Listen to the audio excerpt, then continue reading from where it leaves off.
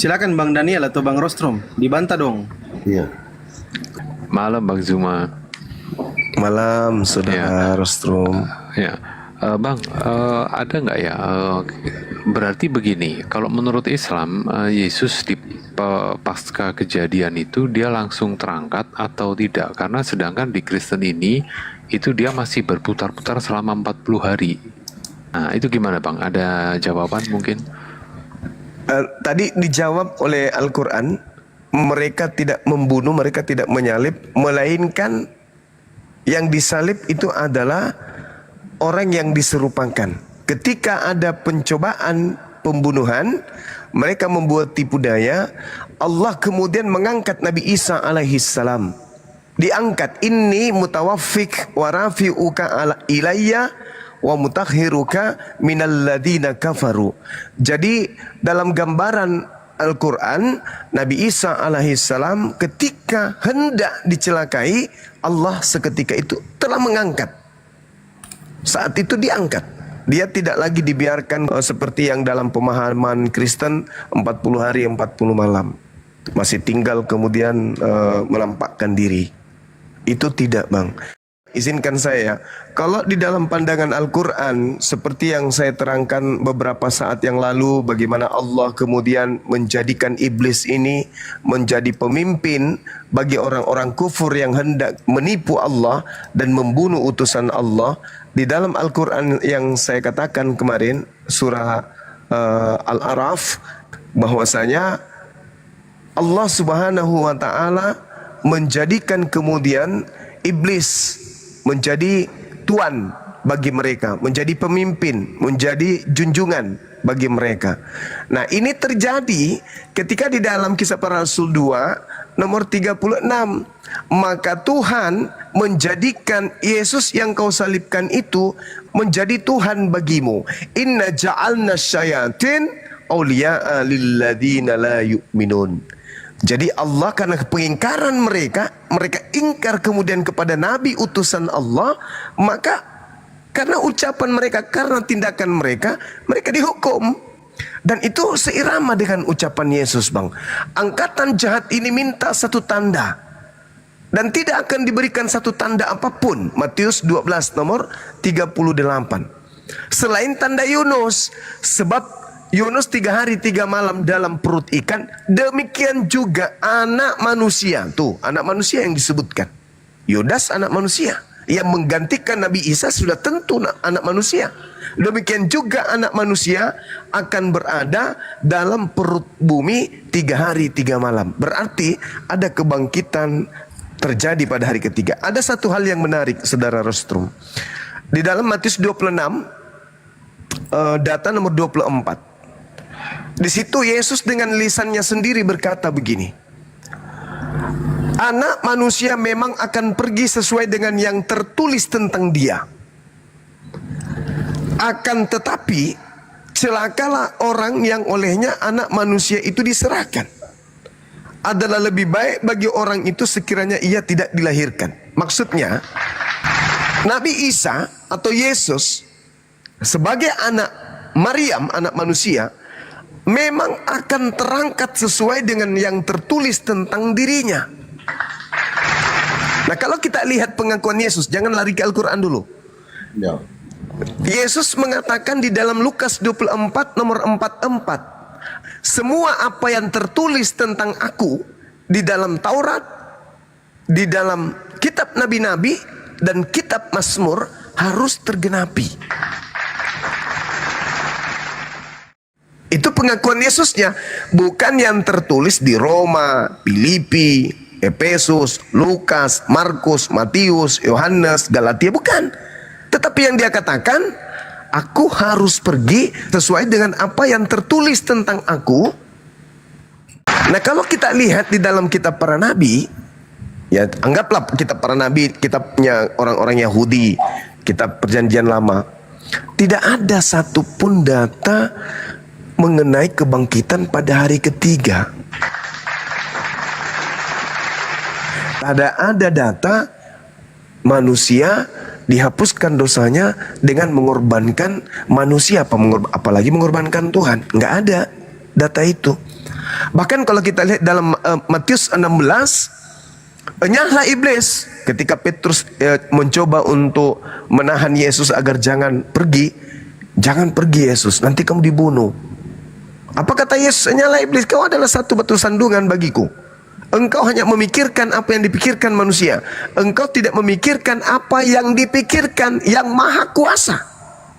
Nah, berarti yang harus terjadi terhadap Yesus pada saat orang-orang Yahudi yang kufur ini berkongko untuk sepakat membunuh Yesus orang suci ini, maka pencipta langit dan bumi punya rencana lain. Makanya saudara, kalau kita bahas ini, Islam Kristen harus dudukkan perkara ini pada poin yang sesungguhnya. Apa poinnya? Jangan semangat beragama Kristen, jangan semangat beragama Islam yang kita jadikan sebagai pengusung penyaliban. Jangan. Karena kalau semangat keislaman dan semangat kekristenan, maka pola ini akan menjadi rancu. Tetapi tidak akan rancu, sekali lagi, tidak akan rancu kalau kita bersandar terhadap keadaan.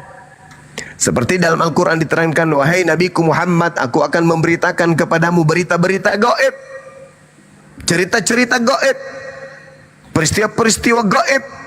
Maksudnya gaib yang tidak ada kamu di situ, kamu tidak ada jadi saksi di sana, tapi engkau akan tahu karena aku memberitakan cerita ini, dan ini gaib bagimu. Di antaranya adalah tentang Maryam dan juga anaknya. Ketika diterangkan bahwasanya di mana beliau Nabi Isa alaihissalam diutus, orang-orang melakukan kemungkaran, mereka saling bantah-bantahan, kemudian Allah Subhanahu wa ta'ala menjabarkan ketika orang-orang ini membuat kemungkaran terhadap Nabi Isa alaihissalam. Nah, artinya saudaraku, bukan Islam yang menjadi saksi, bukan Kristen yang menjadi saksi, bukan Islam, bukan Kristen yang menjadi pelaku. Orang Islam dan orang Kristen tidak ada di TKP. Maka kalau di Al-Quran yang menjadi sumber adalah informasi dari langit. Kalau dalam Bible yang menjadi sumber adalah kesaksian orang-orang.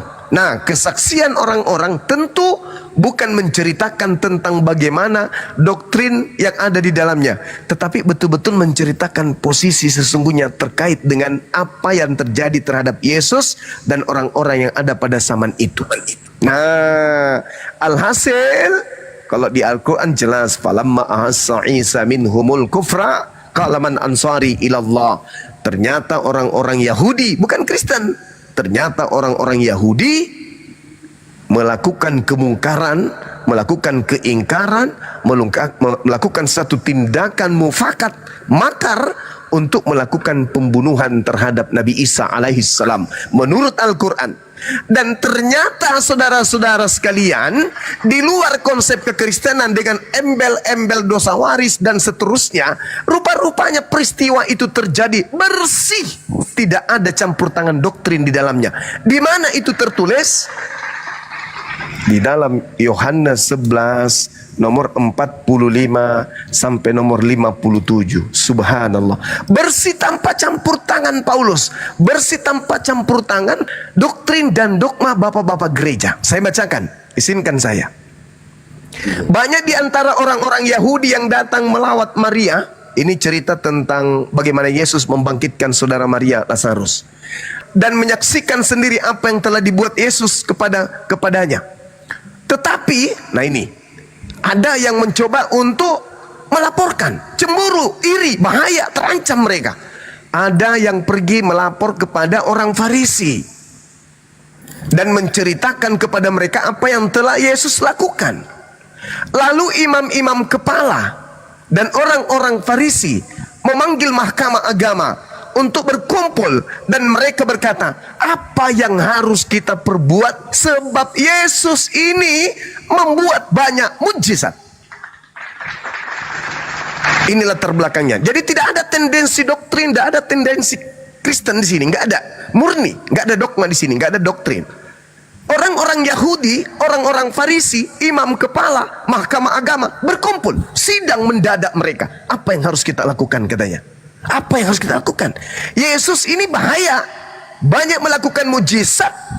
Apabila kita biarkan Yesus, maka semua orang akan percaya kepadanya. Dan kalau itu terjadi, maka orang-orang Roma akan datang dan akan merampas tempat suci kita serta bangsa kita. Nah, ketahuan. Ini latar belakang kenapa bangsa Yahudi ingin membunuh Yesus. Ingat, jauhkan dulu doktrin dan dogma Kristen, begitu juga dogma Islam atau doktrin yang ada di Islam tentang ini. Jauhkan. Karena ini perkara terjadi pada bangsa Yahudi, bukan terhadap bangsa Islam, bukan juga terhadap bangsa Kristen. Bukan. Ini murni adalah kejadian di dalam rumah tangga Yahudi. Kita hanya penonton, kita hanya penikmat saja. Biarkan terjadi masalah itu dan kita baca dan kita pelajari apa sebenarnya yang terjadi di dalam rumah tangga Yahudi bersama dengan Yesus. Kita baca nomor 49 lanjutannya. Tetapi seseorang di antara mereka, yaitu Kayafas. Siapa Kayafas ini? Apakah dia penatua? Apakah dia pendeta? Ternyata bukan. Beliau adalah imam besar. Kalau dikatakan imam besar, berarti dia ahli dalam kitab Yesaya yang sering dikutip oleh Kristen untuk mengambil nubuat-nubuat. Berarti dia ahli kitab Mazmur, dia ahli kitab Daniel, dia ahli kitab Tanakh. Berarti dia paham betul, sebab dia adalah imam besar pada tahun itu. Sebagai imam besar kemudian beliau berkata, kalian khawatir, kalian tidak tahu apa-apa, dan kamu tidak insaf, bahwa lebih berguna bagi kamu jika satu orang Yesus itu mati untuk bangsa kita daripada seluruh bangsa kita ini binasa. Subhanallah.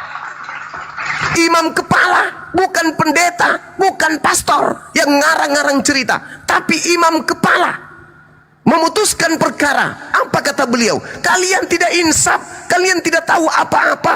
Adalah lebih baik satu orang Yesus mati daripada seluruh bangsa kita ini binasa. Ini berbicara mengenai politik ekonomi, tidak bercerita tentang doktrin dogma yang terkait dengan dosa waris lah, Adam dikutuk lah, mewariskan dosa. Itu tak ada, bullshit itu semua. Kalau kita mendudukkan perkara pada tuan rumah. Lalu apa yang terjadi?